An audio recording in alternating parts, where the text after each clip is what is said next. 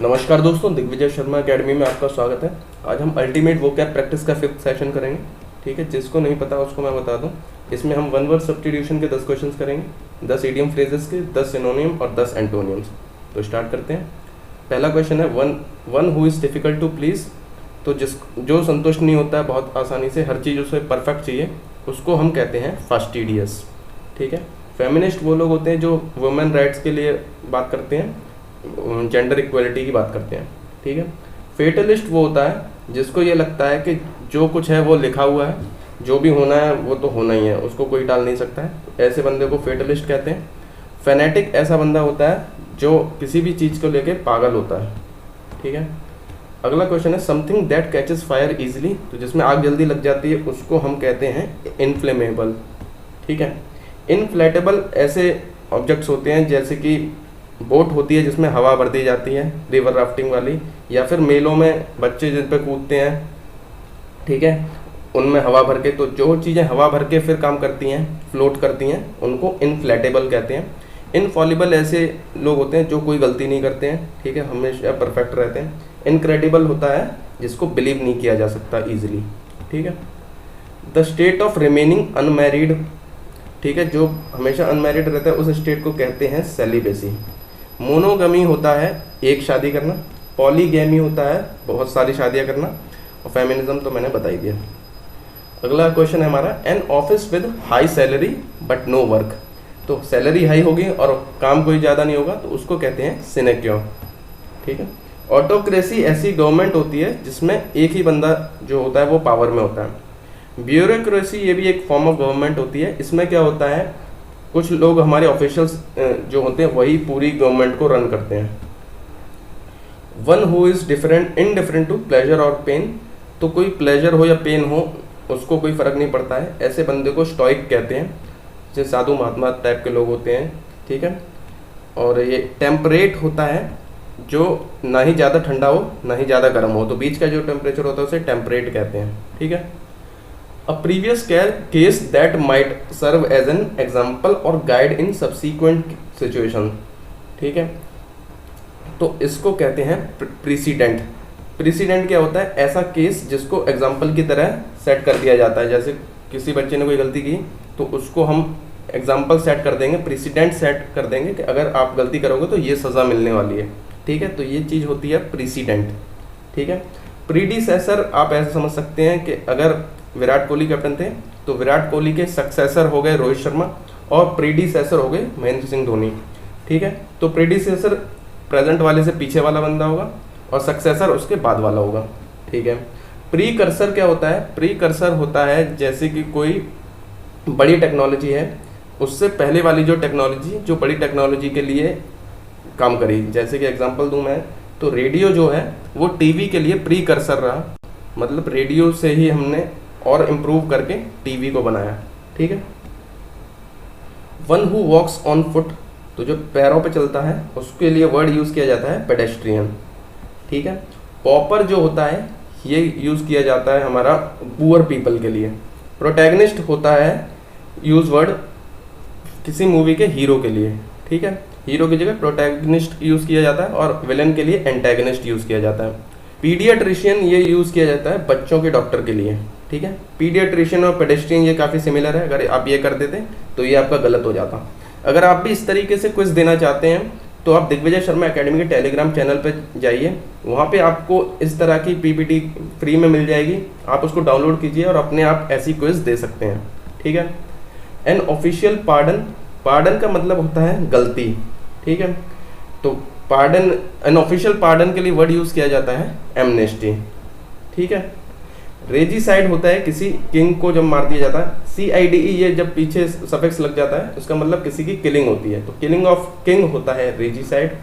Redemption होता है जब हम किसी चीज़ को रिडीम करते हैं।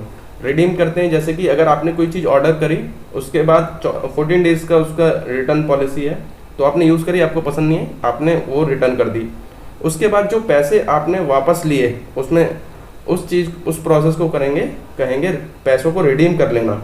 तो रिडीम करने के प्रोसेस को कहा जाता है रिडेम्पशन। ठीक है, एमनेशिया होता है loss of memory. That which can not be seen through, जिसके आर पार नहीं देखा जा सकता है, उसको कहते हैं ओपेक। इनविजिबल होता है जिसको देखा ही नहीं जा सकता है, ठीक है, गायब हो जाना। और ट्रांसपेरेंट होता है, ये ट्रांसपेरेंट ओपेक का अपोजिट कह सकते हैं, जिसके आर पार देखा जा सकता है उसे ट्रांसपेरेंट कहते हैं, हिंदी में इसको पारदर्शी कहते हैं। विलिंग टू बी गाइडेड और कंट्रोल, तो जो विलिंग टू बी गाइडेड है उसको हम कहते हैं अमेनेबल। एमिडेंट होता है जो होना तय है, फॉर श्योर है, ठीक है। एबोमिनेबल होता है जो बहुत ज़्यादा ही क्या है, ईविल या बैड होता है, ठीक है। अगला हमारा क्वेश्चन है, सिनोनियम बताना है हमें वाइनी का, ठीक है। तो वाइनी अगर हम ऑप्शन देखते हैं तो लेजी, लाउड, काम और स्टॉप दिया हुआ है, तो वाइनी का होता है लाउड, ठीक है। पेरेनियल ऐसी डिजीज होती है जो बहुत टाइम तक चल रही है, ठीक है, तो इसके लिए सिनोनियम हो जाएगा लास्टिंग, ठीक है। इसका अगर मैं अपोजिट देखूं तो ये पेरिशेबल जो है ये इसका अपोजिट हो जाएगा, जो जल्दी खत्म हो जाती है। एमिनेंट होता है फेमस, ठीक है, एमिनेंट का मतलब फेमस होता है। इसका अगर मैं अपोजिट देखता हूँ, एंटोनियम देता हूँ, तो ये इनसिग्निफिकेंट कह सकते हैं, ठीक है। तो ये भी याद रखना है आपको, कैसे भी पूछा जा सकता है क्वेश्चन। अगला वर्ड है कंसाइटेड। कंसाइटेड वर्ड यूज किया जाता है उसके लिए जो अपने ही बारे में बात करता है, ईगोटिस्ट कह सकते हैं, ठीक है, जिसको खुद पे बहुत ज़्यादा घमंड है। तो यहाँ ऑप्शंस में प्राउड जो है वो सही ऑप्शन हो जाएगा इसके लिए। विंसम ऐसा होता है, विंसम जो सबका दिल जीत लेता है, तो उसके लिए सिनोनियम हम यूज़ कर सकते हैं चार्मिंग। अगला वर्ड है हमारा फॉस्टरिंग। तो आपने सुना होगा फॉस्टर हाउसेज होते हैं, जो कोई अनाथ बच्चे होते हैं उनको पालने के लिए जो हाउसेज यूज़ किए जाते हैं उनको फॉस्टर हाउसेज कहते हैं, ठीक है। तो उनका हम नर्चर करते हैं, उनको पालन पोषण करते हैं, उस प्रोसेस को क्या कहते हैं, फॉस्टरिंग कहते हैं। इसीलिए इसका हमारा मीनिंग हो जाएगा नर्चरिंग। निगर्ड वर्ड यूज़ किया जाता है कंजूस लोगों के लिए, तो उसको इंग्लिश में कहते हैं माइजर। इसका अपोजिट जेनरस हो जाएगा, जो काफ़ी खर्च करते हैं। एक्लोन वर्ड यूज़ किया जाता है किसी भी सोसाइटी में लेवल या रैंक बताने के लिए कि ये इनकी पोजीशन क्या है सोसाइटी में, तो एक्लोन का सिमिलर हो जाएगा सिनोनियम रैंक।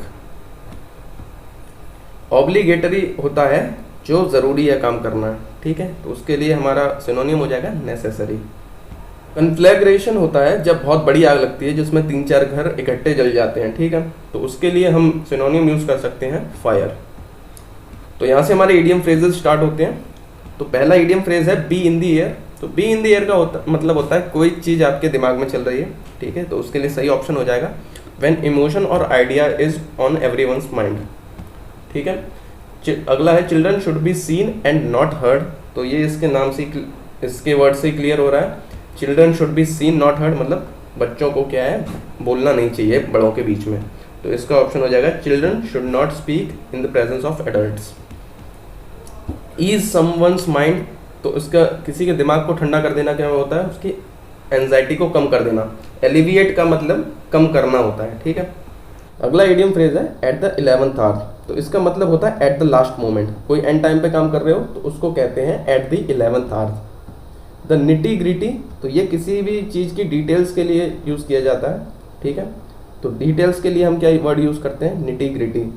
तो इसके लिए ऑप्शन हो जाएगा द मोस्ट इंपॉर्टेंट एस्पेक्ट्स और details of the situation. To quit on someone, इसका मतलब होता है to stop helping someone specially when the support is needed. तो जब सपोर्ट की ज़रूरत थी तभी आपने हार मान ली, उसका मतलब होता है तभी आपने उनकी हेल्प नहीं की, तो इसका यूज़ किया जाता है idiom to quit on someone. Excuse my French, ये वर्ड यूज़ किया जाता है जब आपके मुंह से गाली निकल जाती है, कोई अब्यूजिव वर्ड्स निकल जाते हैं, तब हम ये यूज़ करते हैं एक्सक्यूज़ माई फ्रेंच। तो इसके लिए ऑप्शन हो जाएगा use to apologise for swearing. अगला इडियम फ्रेज है चिकन आउट। तो चिकन हार्टेड लोग वो होते हैं जो डरपोक होते हैं, ठीक है, तो उसी से सिमिलर है ये चिकन आउट। तो इसका ऑप्शन हो जाएगा to decide not to do something because you are too frightened. तो अब बैड हेयर डे होता है ऐसा दिन जिस दिन सब चीज़ आपकी खराब जा रही है, ठीक है, तो इसके लिए हमारा ऑप्शन हो जाएगा a day on which everything seems to go wrong. तो यहाँ से हमारे एंटोनियम स्टार्ट होते हैं। कैपेशियस वर्ड यूज़ किया जाता है बहुत ज़्यादा स्पेस को दिखाने के लिए, जहाँ पे काफ़ी ज़्यादा स्पेस हो। तो ऑप्शंस में देखते हैं तो ब्रॉड, कंफर्टेबल और जेनरस ये स्पेस दिखाते हैं। क्रैम्प्ड होता है जब आप फंस जाते हैं किसी जगह पे, तो क्रैम्प्ड हमारा इसका सही एंटोनियम हो जाएगा, ठीक है। अबटिंग होता है जब हम किसी के एडजेसेंट, एडजेसेंट वर्ड इसका सिमिलर हो सकता है जब किसी से चिपक के बैठे हैं बिल्कुल, ठीक है।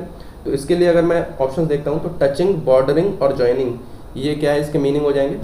फार जो है ये इसका एंटोनियम हो जाएगा। पंक्टिलियस, तो ये पंक्चुअल से सिमिलर है, उसी से रिलेटेड है ये वर्ड। तो पंक्चुअल कौन होगा, जो फॉर्मल होगा, केयरफुल होगा और एग्जैक्ट होगा, ठीक है। तो ये सब इसके क्या है, सिनोनिम हो जाएंगे, ये हमारे इनकरेक्ट ऑप्शन हो जाएंगे।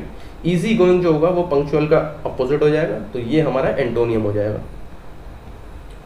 स्ट्रेटेजिम होता है, स्ट्रेटेजिम का मतलब होता है किसी भी काम को करवाने के लिए आप चालें चल रहे हैं या कोई नाटक कर रहे हैं दूसरे अपने काम को निकलवाने के लिए। तो यहाँ अगर ऑप्शन देखते हैं तो रियूज, ये मैंने पहले बताया है, इसका मतलब ट्रिक होता है। प्लॉय का मतलब भी चाल होता है। गिमिक का भी ये सिमिलर मीनिंग होता है, नाटक करना होता है किसी का। तो जो फ्रैंकनेस होता है ये इसका अपोजिट हो जाएगा। एंटीथीसिस में जो एंटी का मतलब होता है ये अपोजिट होता है, और थीसिस का हम जानते हैं कि किसी भी स्टेटमेंट को प्रूव करने के लिए जब हम स्टडी देते हैं तो उसको थीसिस कहते हैं, ठीक है। एंटीथीसिस उसके अपोजिट में जब हम बात करते हैं तो यहाँ पे इसका मीनिंग हो जाएगा अपोजिट, ठीक है। अपोजिट, कॉन्फ्लिक्ट, रिवर्स, ये इसके मीनिंग हो जाएंगे। हार्मनी जो है ये इसका एंटोनियम हो जाएगा। टैकीटर्न वो लोग होते हैं जो बहुत कम बात करते हैं, ठीक है। तो इसका अपोजिट हो जाएगा टॉकेटिव। तो अगला वर्ड है एसिडुअस। तो एसिडुअस यूज किया जाता है हार्ड वर्किंग लोगों के लिए। तो जो एक्टिव, डिलीजेंट, जीलियस होता है, जो एक्टिवली बहुत काम करते हैं, जोश के साथ काम करते हैं, ठीक है। तो जो नेग्लेक्टफुल है ये इसका हमारा हो जाएगा एंटोनियम, ठीक है। एसिडुअस का एंटोनियम हो जाएगा नेग्लेक्टफुल। वैल्यूएबल वर्ड हो जाएगा, जो बहुत ज़्यादा बात करते हैं उन लोगों के लिए वैल्यूएबल वर्ड यूज़ किया जाता है।